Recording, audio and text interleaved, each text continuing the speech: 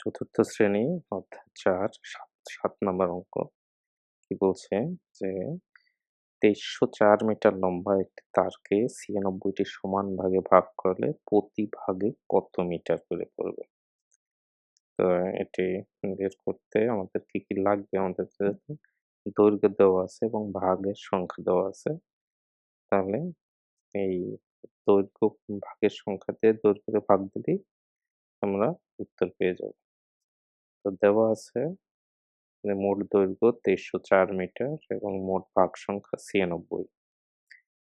তো তারপর প্রতি ভাগের ২৩০৪ ভাগ ৯৬ করলে হবে ২৪ মিটার।